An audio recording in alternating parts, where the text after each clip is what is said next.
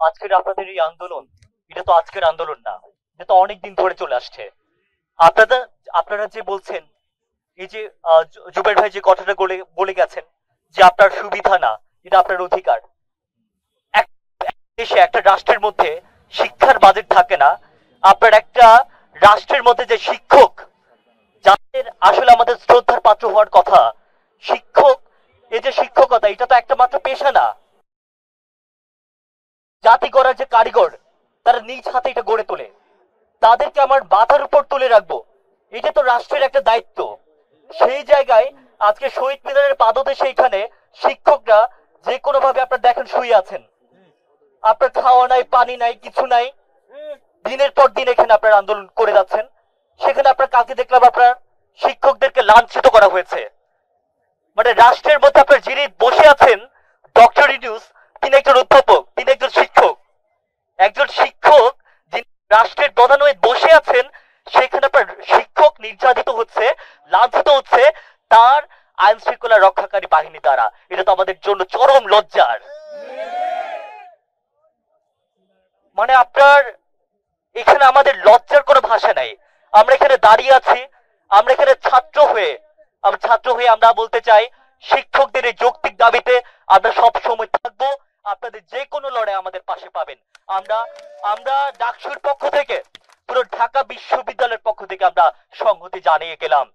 আমাদের ঢাকা বিশ্ববিদ্যালয়ের শিক্ষার্থী সংসদ, আমাদের ঢাকা বিশ্ববিদ্যালয়ের শিক্ষার্থী সংসদের গ্রুপে আমাদের কথা হচ্ছে যে আপনাদের সাথে সংহতি জানানোর। এখানে শুধুমাত্র আমরা হাজার শিক্ষার্থীর পক্ষ থেকে আমরা এসেছি,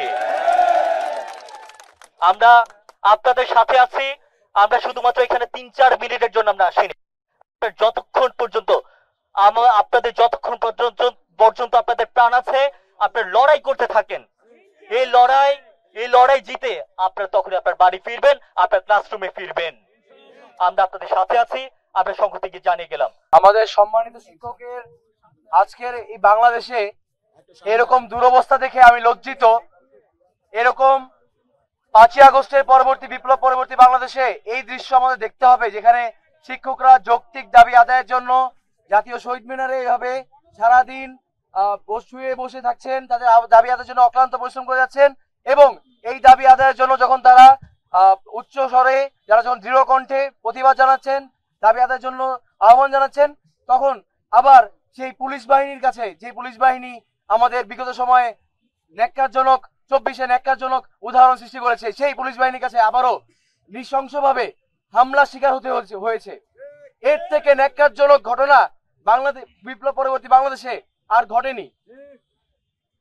আমি সলিমুল্লাহ মুসলিম সংসদের পক্ষ থেকে একজন শিক্ষার্থী হিসাবে শিক্ষকদের যত সম্ভব সম্মান দেওয়া উচিত, তা হয়তো আমি দিতে পারবো না, তার থেকেও আমি আমার সর্বোচ্চ সম্মানটুকু দিয়ে আমি এতটুকু সংহতি জানাচ্ছি।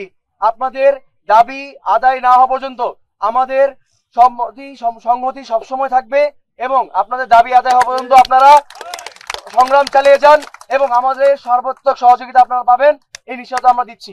শ্রদ্ধেয় শিক্ষক মন্ডলী, আমার সালাম নেবেন শামসুন্নাহার হল সংসদের পক্ষ থেকে এবং ঢাকা বিশ্ববিদ্যালয়ের একজন শিক্ষার্থী হিসেবে, এই সমগ্র বাংলাদেশের শিক্ষার্থী প্রতিনিধি হিসেবে আপনাদের প্রতি কালকে ঘটে যাওয়া ঘটনার আন্তরিকভাবে নিন্দা জ্ঞাপন করছি। সেই সাথে শিক্ষক সমাজের সকল দাবির প্রতি একাত্মতা ঘোষণা করছি। শ্রদ্ধেয় শিক্ষক মন্ডলী, আমি নিজেও একজন শিক্ষক দম্পতির সন্তান। ছোটবেলা থেকেই এমপিওভুক্ত মাধ্যমিক শিক্ষক কর্মকর্তাদের যে অবহেলা করা হয়, তাদের প্রতি যে অন্যায় করা হয়, তাদের যে বৈষম্য করা হয়, সেগুলো সাক্ষী আমি নিজে। 1000 টাকায় আজ কোথায় বাড়ি ভাড়া পাওয়া যায়? কোন বস্তিতেও কি বাড়ি ভাড়া পাওয়া যায়? কোন বস্তিতেও কি 1000 টাকায় এক রুম পাওয়া যায়? তাহলে কেন মাধ্যমিক শিক্ষকদের 1000 টাকা বাড়ি ভাড়া দেওয়া হবে? আপনারা বলছেন শিক্ষকরাই জাতির মেরুদণ্ড,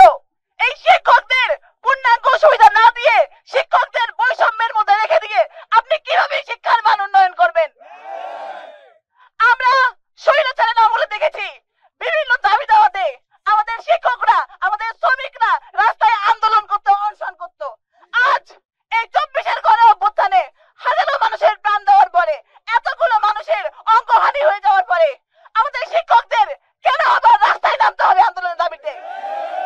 তাহলে আমরা বৈষম্যের বিরুদ্ধে আন্দোলন করলাম কেন, রক্ত দিলাম কেন?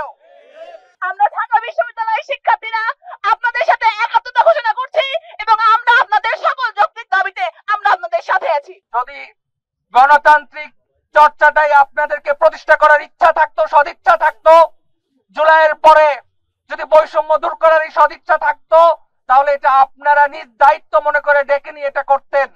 এটা না করে বরঞ্চ আপনারা কি করছেন? আমরা যেই পুলিশ বাহিনীকে জুলাইয়ের পরে চেয়েছিলাম যে তারা আমাদের বাংলাদেশের নাগরিকদের অধিকার নিরাপত্তা নিশ্চিত করার জন্য কাজ করবে, আমরা জুলাইয়ের পূর্বে পুলিশ বাহিনীকে যেরকম একটা নৃশংস একটা জালেম বাহিনীতে দেখেছিলাম, আমাদের শিক্ষকদের উপরও তারা সেই রকম নির্মম একটা জালেম বাহিনী হিসেবে আবির্ভূত হয়েছে। আমরা এটা ধিক্কার জানাই। আপনাদেরকে স্মরণ করে দিতে চাই, আপনি যে আজকে পুলিশ হয়েছেন, সেই পুলিশ হওয়ার পিছনেও আপনার কোনো না কোনো শিক্ষকের এই শিক্ষা গ্রহণ করতে হয়েছে। তাদের অভিশাপের ভয় করুন, এই দুনিয়ার জীবনের পর গিয়ে আখিরাতের ভয় করুন। আপনার জীবন বরবাদ হয়ে যেতে এই শিক্ষকদের অভিশাপ মনোকষ্টই যথেষ্ট হয়ে যাবে। সর্বশেষ এটা বলতে চাই, জুলাই পরবর্তী সময়ে আমরা চাই একটি গণতান্ত্রিক মান সম্মান সাম্যতাপূর্ণ একটি মর্যাদা, মৌলিক মানবিক যে মর্যাদা, সেই মর্যাদা সম্পন্ন দেশ।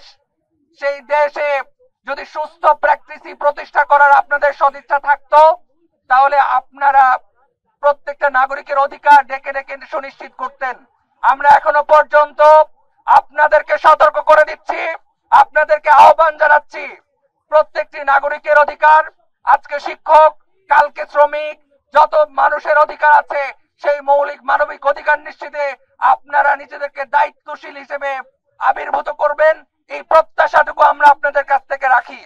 নয়তো জুলাই গণ অভ্যুত্থান আমাদেরকে যে শিক্ষা দিয়েছে, অস্ত্রের সামনে বুক টান টান করে দাঁড় করিয়ে নিজের অধিকারের জানান দেয়া, সেটা কিন্তু আমরা ভুলে যাই নাই। আমরা এই বাংলাদেশ আমাদের ধর্ম বর্ণ নির্বিশেষে, সকল পেশার নির্বিশেষে সকল নাগরিকেরা রাস্তায় নেমে সেই বাংলাদেশকে স্বাধীন করেছে। এই নতুন স্বাধীন বাংলাদেশে আর কোন ধরনের বৈষম্যকে স্থায়ীভাবে প্রতিষ্ঠা হতে দেওয়া হবে না। প্রয়োজনে যারাই বৈষম্য করে যাবে, আমরা তাদেরকে পুনরায় জবাবদিহিতার আওতায় নিয়ে আসবো। প্রয়োজনে পুনরায় আরেকটা গণ অভ্যুত্থান আমরা নিশ্চিত করব। তারপর আমরা মৌলিক মানবিক মর্যাদা এবং সাম্যতাপূর্ণ একটি বাংলাদেশ হিসেবে আমরা প্রত্যেকটি নাগরিককে তাদের মর্যাদার সম্পন্ন করে এই বাংলাদেশের বুকে দাঁড় করিয়ে দেখতে চাই। আপনাদেরকে আবারও আমরা ডাকসু থেকে যারা এসেছি, আপনাদের যৌক্তিক দাবির সাথে সংহতি জানিয়ে এবং আপনাদের পাশে থাকার উদাত্ত প্রতিজ্ঞা করে আমি আমার কথা শেষ করছি। আমার বাবা মা দুজনই শিক্ষক, সেই জায়গা থেকে আমি নিজেকে কল্পনা করছি যে আপনাদের জায়গায় আমার বাবা মা এখানে দাঁড়িয়ে আছে। আমি তাদের সাথে একই সুরে বলতে চাই, গণঅভ্যুত্থান পরবর্তী এই নতুন বাংলাদেশে আমরা কোন জনগোষ্ঠীর মাঝে, কোন শ্রেণী পেশার মাঝে কোন ধরনের বৈষম্যকে কোনোভাবেই বরদাস্ত করব না। আপনাদের উপরে যেরকম বৈষম্য হচ্ছে, প্রত্যেকের আবাসনের জন্য যে ন্যূনতম 1000 টাকা বরাদ্দ হচ্ছে, এর চেয়ে বৈষম্য আসলে আর কিছু হতে পারে না। যেখানে বিভিন্ন শ্রেণী পেশার মাঝে 40-45% এই খাতে বরাদ্দ থাকলেও এই খাতে ন্যূনতম 10% কেউ বরাদ্দ দেওয়া হচ্ছে না। আমরা ডাকসুর পক্ষ থেকে আপনাদের সাথে সংহতি জানাতে এসেছি। আপনাদের সকল প্রকার ন্যায্য দাবিতে আপনারা আমাদেরকে পাশে পাবেন। আমরা বলতে চাই, আপনারা আপনাদের এই কর্মসূচি অব্যাহত রাখবেন। অতি শীঘ্রই, অনতি বিলম্বে রাষ্ট্রের পক্ষ থেকে যদি আপনাদের সাথে যোগাযোগ করা না হয়, সারা বাংলাদেশে নতুন করে আন্দোলন গড়ে উঠবে। আমরা কোন শিক্ষককে রাজপথে আন্দোলনরত অবস্থায় দেখতে চাই না।